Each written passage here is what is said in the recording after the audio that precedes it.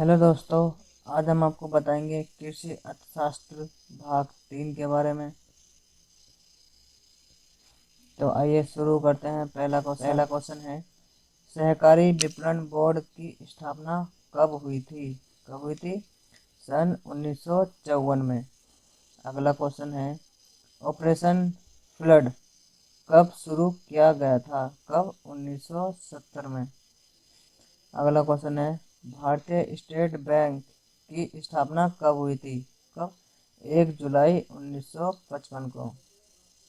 अगला क्वेश्चन है, नाबार्ड का सीधा संबंध किस बैंक से है? किससे?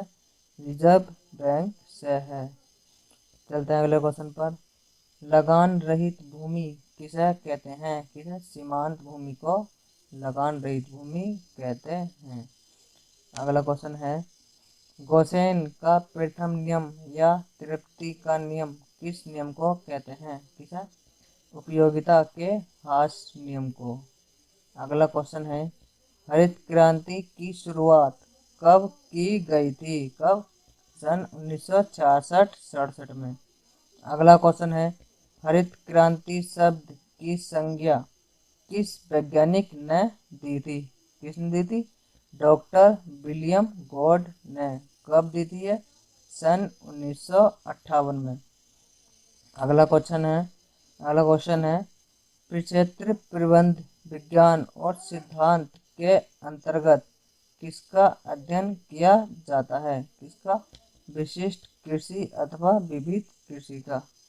अगला क्वेश्चन है, राजकीय कृषि का प्रबंध किसके द्वारा किया जाता है? किसके? राजकीय कर्मचारियों द्वारा। अगला क्वेश्चन है, सामूहिक कृषि का प्रारंभ कहाँ शुरू हुआ था? कहाँ पर? रूस में हुआ था। अगला क्वेश्चन है, किसके अंतर्गत सबका भूमि पर स्वामित्व बना रहता है? किसके? सहकारी खेती के अंतर्गत। अगला क्वेश्चन है, IRDP कब प्रारंभ की गई थी? ये 1978-79 में की गई थी। अगला क्वेश्चन है, 12वें वित्त आयोग का अध्यक्ष कौन है? कौन है? सी रंगराजन।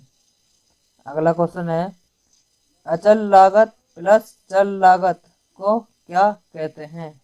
इसको कुल लागत कहते हैं। चलते हैं अगले क्वेश्चन पर। सिंचाई व्यय, बीज, मानव श्रम, खाद व उर्वरक आदि किस लागत के अंतर्गत आते हैं? तो ये चल लागत के अंतर्गत आते हैं। अगला क्वेश्चन है, न्यूनतम मजदूरी अधिनियम कब पारित हुआ था? कब ये? सन 1948 में न्यूनतम मजदूरी अधिनियम पारित हुआ था। अगला क्वेश्चन है, नए प्रक्षेत्र प्लानर को किसका सुझाव देना चाहिए? किसका? संपूर्ण बजटिंग का। अगला क्वेश्चन है, कौन सी योजना बिना 5 वर्ष पूरे किए समाप्त हो गई थी? कौन सी योजना हुई थी ये? 5वीं पंचवर्षीय योजना, जो बिना 5 वर्ष पूरे किए ही समाप्त हो गई थी। अगला क्वेश्चन है, आयात निर्यात बैंक की स्थापना कब की गई थी? ये कब हुई थी? 1 जनवरी सन 1982 को। क्या नाम पड़ा इसका? एक्जिम नाम पड़ा। अगला क्वेश्चन है, वह पूंजी जो उत्पादन के स्थायी साधनों जैसे मशीन, कच्चा माल, औजार, कारखाने की इमारत आदि की खरीद पर व्यय किया जाता है, कौन सी पूंजी कहलाती है? कौन सी? अचल पूंजी कहलाती है। अगला क्वेश्चन है, आर्थिक क्षेत्र में सरकार की हस्तक्षेप न करने की नीति कौन सी नीति है? कौन सी अबंध नीति होती है? अगला क्वेश्चन है, वह आय जो श्रम के बदले में अर्जित होती है क्या कहलाती है? अर्जित आय कहलाती है। अगला क्वेश्चन है, जिस सरकारी विनिमय दर पर एक देश की मुद्रा का किसी दूसरे देश की मुद्रा के साथ लेन देन होता है, उससे कमी करना क्या कहलाता है? क्या कहलाता है? अवमूल्यन कहलाता है। अगला क्वेश्चन है, आर्थिक क्रियाओं में कमी व आय, रोजगार तथा कीमतों के गिरने की स्थिति को क्या कहते हैं?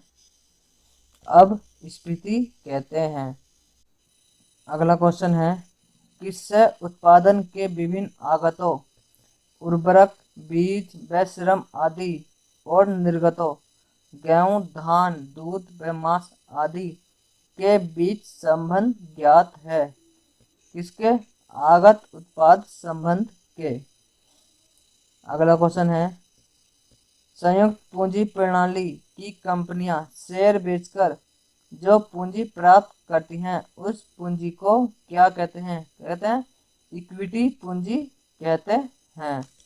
अगला क्वेश्चन है, मानव श्रम और प्रकृति के सहयोग द्वारा मनुष्यों की आवश्यकताओं की पूर्ति के लिए आवश्यक वस्तुओं को प्राप्त करने की प्रक्रिया क्या कहलाती है? उत्पादन कहलाती है। अगला क्वेश्चन है, किसी क्षेत्र में एक ही फसल को वर्ष प्रतिवर्ष उगाने की पद्धति को क्या कहते हैं? क्या कहते हैं? एकल सस्यन पद्धति कहते हैं। अगला क्वेश्चन है, किसी कंपनी की पूंजी का वह भाग जो ऋण पत्रों के रूप में होता है और जिस पर हर दशा में ब्याज का भुगतान करना पड़ता है, क्या कहलाता है? ऋण पूंजी कहलाता है। अगला क्वेश्चन है, संयुक्त पूंजी कंपनी द्वारा पूंजी एकत्रित करने का साधन क्या है? क्या है? ऋण पत्र होता है। अगला क्वेश्चन है, किसी मुख्य उत्पाद की उत्पादन प्रक्रिया के दौरान स्वतः प्राप्त गौण उत्पाद को क्या कहते हैं? उपोत्पाद कहते हैं। अगला क्वेश्चन है, आवश्यकताओं की पूर्ति के लिए वस्तुओं तथा सेवाओं का प्रयोग क्या कहलाता है? क्या उपभोग कहलाता है? अगला क्वेश्चन है, उत्पाद के लिए उद्यम करने वाला व्यक्ति क्या कहलाता है? उद्यमकर्ता कहलाता है। अगला क्वेश्चन है, किसी वस्तु के उत्पादन में काम आने वाले साधन क्या कहलाते हैं? क्या उत्पादन कारक कहलाते हैं? चलते हैं अगले क्वेश्चन पर। किसी उत्पादन विशेष की मात्रा और उत्पादन क्रिया में प्रयुक्त आगतों की मात्रा के बीच संबंध क्या कहलाता है? क्या है? उत्पाद फलन कहते हैं। अगला क्वेश्चन है, प्रति इकाई उत्पाद को बेचने से प्राप्त राशि को क्या कहते हैं? क्या कहते हैं?